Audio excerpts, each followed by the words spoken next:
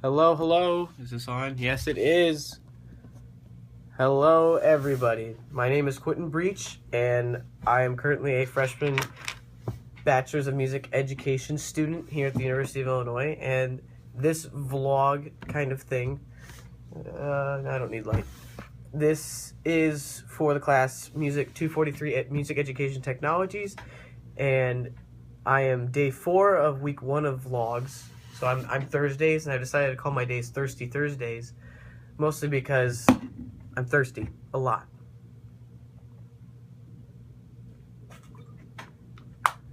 Anyway, this group, Brones, is centered around the idea of music within sports, and I guess kind of what does it have to do with education as well. And the first question that Matt posed on Monday was, should marching bands be mic'd? And I feel this is a very broad topic, and I'm going to be agreeing and disagreeing with all these guys, with Tom and Jeff and Matt. But I will also be throwing in my own points, hopefully, and they didn't, anyway, it's a very broad question to me, and I feel that it depends on the setting. And it depends on expenses as well, in my opinion, because that's a big thing in music programs is expense. I came from a high school of 2,000 with our marching band program had about maybe 100 last year when I was in it. And we had recently bought a microphone or kind of sound production kit that was able to give people in the marching Ironman, if they had a solo, they would hook up with these mics and play. And it was for a clarinet solo, a flute solo, even I think an oboe solo happened last year. And all these things that we actually had the mics on the field, and it was kind of cool.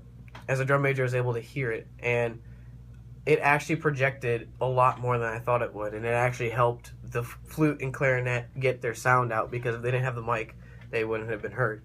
And I thought that was a really smart idea by our directors.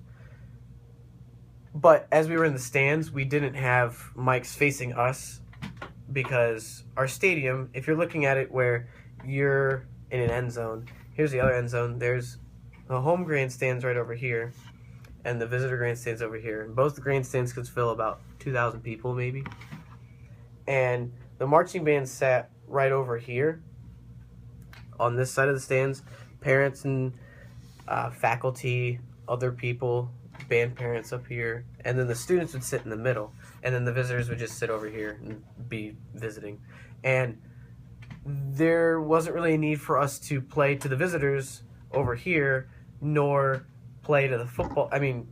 We sort of play to the football team, but we were trying to push our sound this way as we were on the side of the stands. And I feel that it was a good idea they didn't have mics for us, because it just seemed a little too, I guess, overrated, in my opinion. I didn't think that mics should be needed and then speakers be pointed this way. We could just turn our instruments. And there wasn't really a need, because people didn't really think of marching band as a big deal. Not even the kids in marching band thought it was that big of a deal. And the only people that cared were the people behind us. So I guess it was a good trade-off, kind of.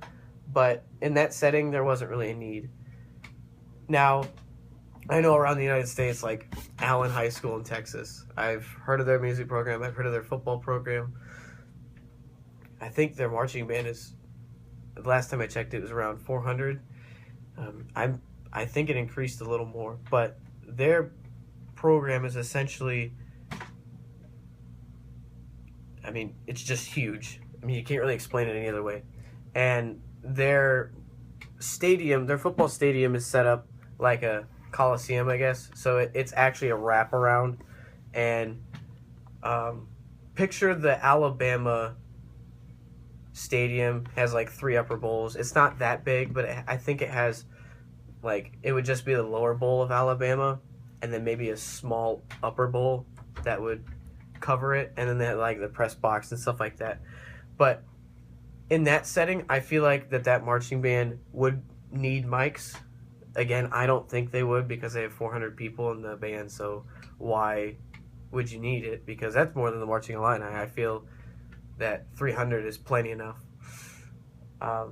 Anyway, to get back on topic, I feel that it takes away the aspect of the true colors of any ensemble.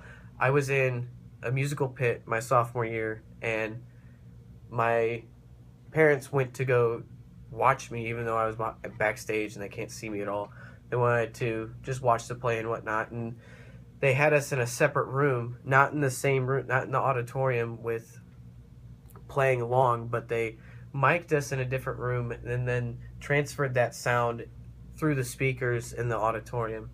And I was talking with my parents afterwards, and my mom explained that she didn't hear me specifically, which, I mean, that's a good thing. You don't want to stick out. But she said it just combined, and there wasn't really a certain, like, oh, I could hear the clarinet, I could hear the flute. And the year after, I went to the play, and I heard people playing and whatnot, and you can't tell, or you couldn't tell the difference, or you couldn't tell, it just sounded like one sound with a little bit of harmony and another in there. You couldn't really describe it like you could with them being right there, or the ensemble being right in your face. And I feel like that's the same with the marching Illini this past year. We weren't mic'd at the beginning of the season, but then a new, I guess, game day developer decided, hey, we have extra money, let's buy it on mics and mic the band. And it was very different. Like, we don't have like individual mics or anything, but we have these separate mics, I think 3 or 4, that are put on different sides of the band. And to be fair, I feel that they didn't raise them up enough, so you could only hear about the trumpets in the front section, and the rest of us had to play out a heck of a lot more. But as, like, we have mini bands that go around during game day and just like do tunes in the upper bowl, so if they can't really hear us, which I don't think they would have a problem with that anyway, we were up there and the main band was playing, and they had the speakers playing the music from the band up there, and there wasn't that much of a lag, which I was pretty surprised about, because I thought there would be a lag with the difference in the stadium. So that was quite surprising for me. But the one thing I understood was that it didn't sound like a marching band. It just sounded like one clumped sound, and it didn't have that right color, I guess, of a marching ensemble. It threw me off. So I think it's a good idea that bands need to project themselves out more, but maybe it's because we're not producing enough sound or something. I don't know, but I feel that 300 people in a marching band, we have 40 trombones, for goodness sake. I think that's plenty of a trombone sound to fill up any sort of stadium. So it just all depends on the size of the stadium and the setting, size of the marching band.